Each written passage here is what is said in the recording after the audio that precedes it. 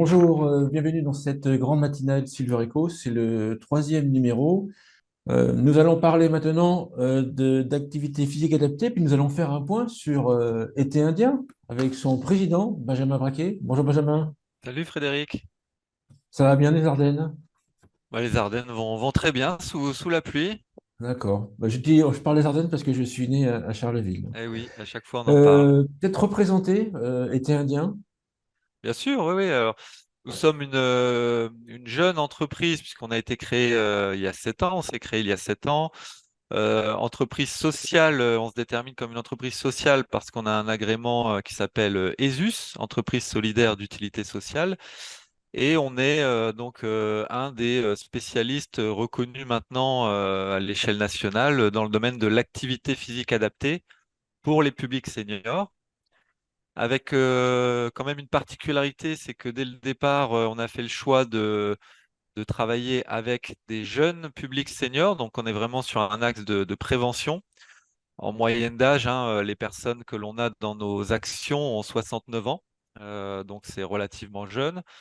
On a majoritairement des jeunes retraités et maintenant de plus en plus aussi, depuis peu, des actifs en fin de carrière. On va pas dire des vieux actifs, c'est pas très joli, mais des actifs qui sont plutôt dans la dernière ligne droite de leur vie professionnelle aussi. Donc voilà un peu notre activité et on travaille en B2B2C, c'est-à-dire que nos clients sont des groupes de protection sociale, des mutuelles, des collectivités, des bailleurs sociaux.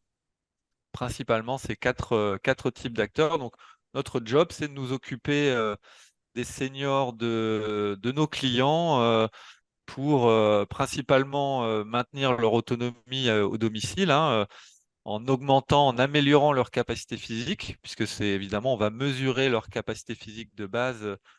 Et l'idée, c'est que sur un programme de quelques mois, on puisse améliorer tout ce qui va faire les capacités physiques qui permettent de maintenir les personnes à domicile. Et puis, il y a aussi une dimension sociale importante, puisqu'on fait, toutes nos actions sont collectives. Donc, il y a également cette part, cet objectif qui est loin d'être secondaire, qui est de pouvoir sortir de chez soi, voir du monde, créer des relations avec des personnes qui habitent près de chez soi, maintenir aussi une activité à la fin de nos programmes, hein. Il y a ces sujets-là qui sont importants. Donc voilà, donc on est une équipe de 13 personnes maintenant à Charleville-Mézières dans les Ardennes et on a un réseau de 350 enseignants diplômés en activité physique adaptée dans toute la France, ce qui nous permet maintenant d'avoir une activité nationale. N'est-ce pas trop dur de convaincre des jeunes retraités ou des jeunes seniors de se mettre ou de se remettre au sport, à l'activité physique adaptée, dans une culture où il n'y a pas vraiment, enfin dans un pays où pas vraiment de culture de prévention ou une faible Ouais, culture de si, si, bien prévention? sûr. C'est presque notre problématique opérationnelle majeure, hein. Bizarrement, on a finalement, nous, une structure qui va financer de l'activité physique adaptée pour sa population senior, donc qui en général, dans la grande majorité des cas, n'a rien à financer. Et au final, notre premier enjeu, c'est de trouver des personnes qui sont dans les critères établis, hein, parce que le but n'est pas non plus de prendre Madame Dupont qui fait 4 fois de la natation et qui fait des trails le week-end, hein. C'est pas cette cible-là, évidemment.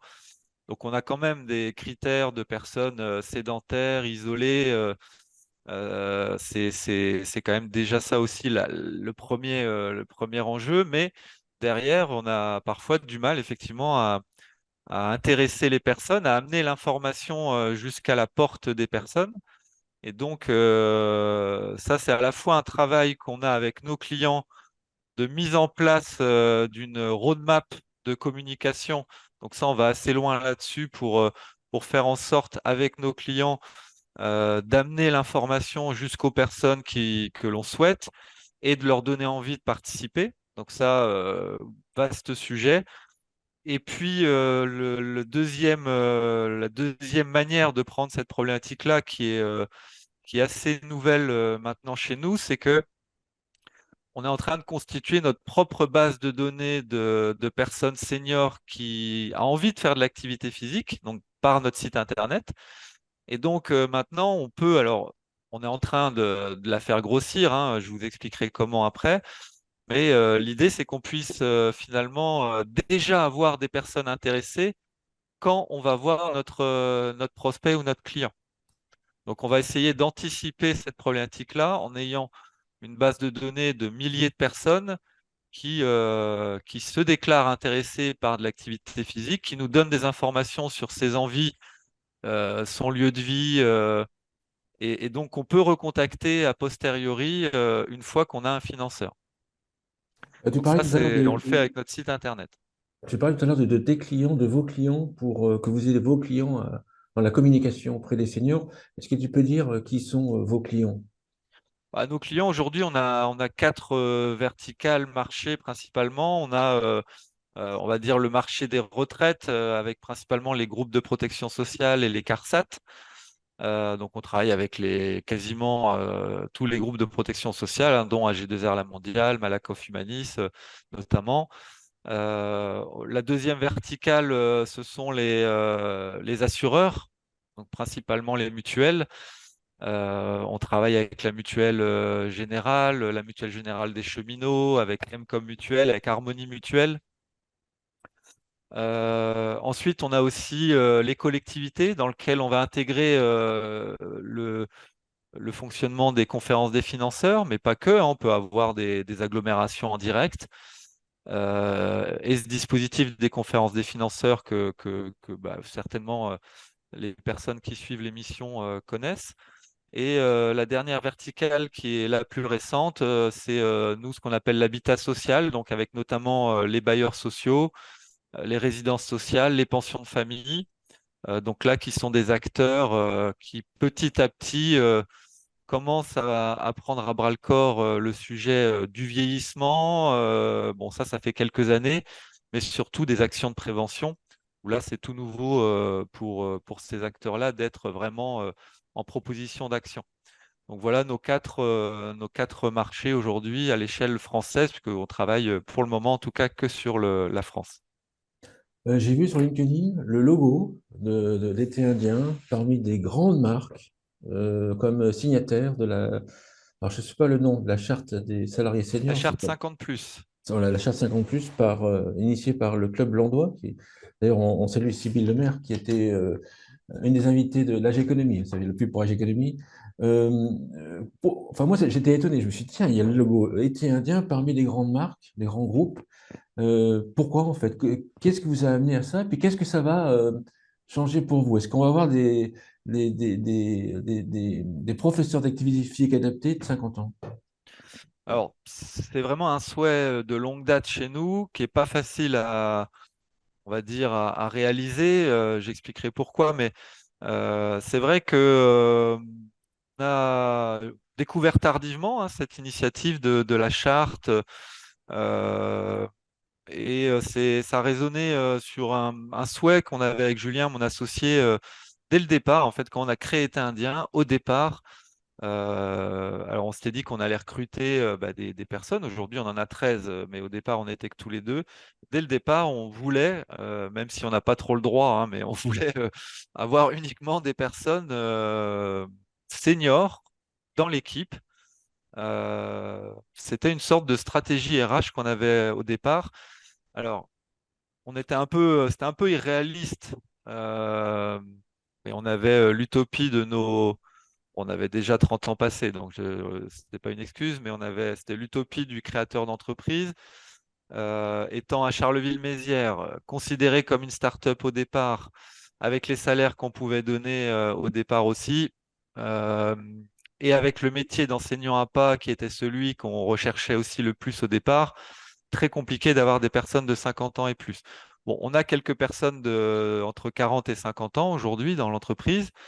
Oui, on avait notre logo à côté d'Engie, donc ce qui était assez surprenant. C'est vrai que c'est une charte qui se veut volontairement très ouverte. Ce sont les grands groupes qui ont le plus de personnes qui peuvent s'occuper de ce sujet-là, qui ont le plus de personnes de 50 ans et plus dans leurs effectifs. C'est sûr que c'est pas, ce ne sont pas des structures comme nous, mais moi j'ai aimé justement ce côté inclusif, pour reprendre un terme à la mode, où pouvaient se côtoyer des très grands groupes.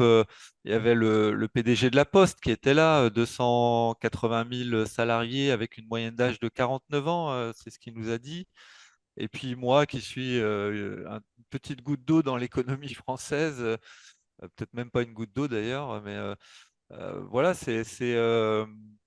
moi j'ai aimé ça. Ça après, ça, on se prend pas pour des autres, hein, et effectivement, on a du mal à avoir vraiment des actions concrètes où on peut embaucher des personnes de 50 ans, mais c'est la volonté, c'était le but aussi de ma communication que j'ai mise à cette occasion-là, d'expliquer que nous, structure de notre taille, on est volontaire pour pouvoir engager des personnes de 50 ans et plus. Parfois, il faut le dire aussi, parce qu'on parle toujours de sport tech, edge tech, start-up, levée de fonds, etc.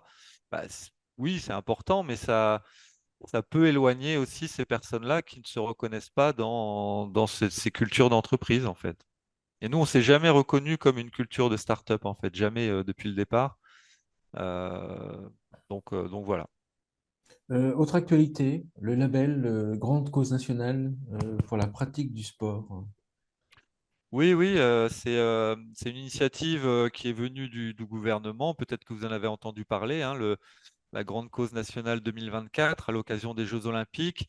Et donc, ils ont souhaité recenser des entreprises entreprises ou associations d'ailleurs, hein, qui pouvaient, dont la vocation était de faire en sorte que les Français pratiquent plus d'activités physiques.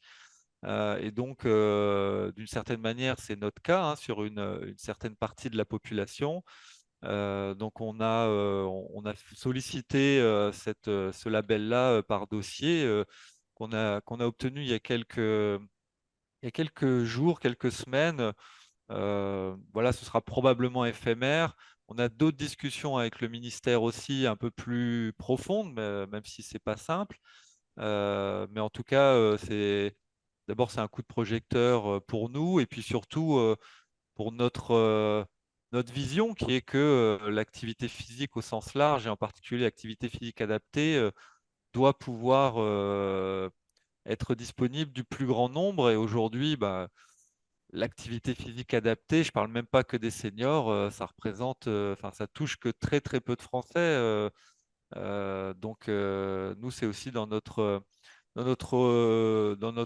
rôle, quand on a créé Été Indien, de pouvoir promouvoir l'activité physique auprès du plus grand nombre, et en particulier des jeunes seniors, comme je le disais en introduction.